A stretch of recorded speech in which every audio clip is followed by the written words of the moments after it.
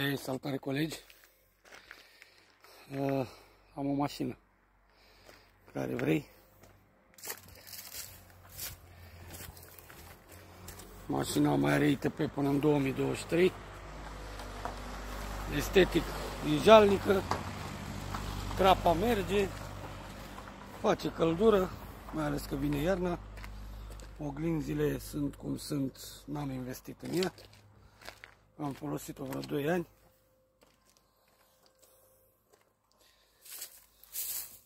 Are ITP până în februarie, dacă nu mă înșel, 2023.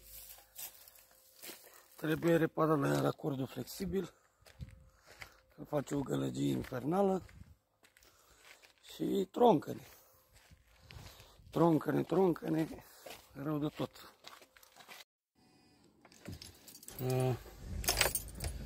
Eu nu mai am nevoie de ea, că am duba și nu mai am nevoie. Ce-ți fac cu 7000 de mașini? Un coleg, nu știu, care e la început de drum și are nevoie de ajutor, nu o dau decât cu perfectarea actelor, adică nu o să circule pe numele meu, asta e clar. Vine și face asigurare, îl sfătuiesc să oprească la primul serviciu și să repare racordul flexibil. Nu costă o avere, dar dacă te oprește poliția, te lasă fără talon.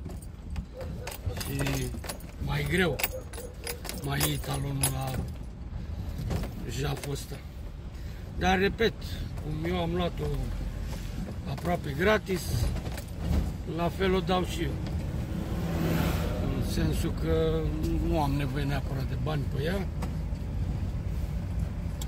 dar îmi rămâi dator, gen. Am destule cazuri sociale. În ianuarie o să începem o biserică prin Bragadiru și atunci, da, vin o ia mașina pe treaba și mă ajut și tu la rândul tău, când va veni momentul.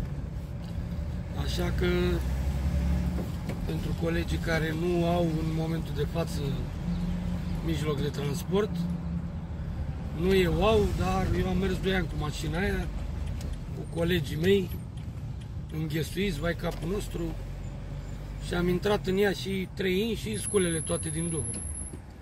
Așa că se mai poate. Vă aștept.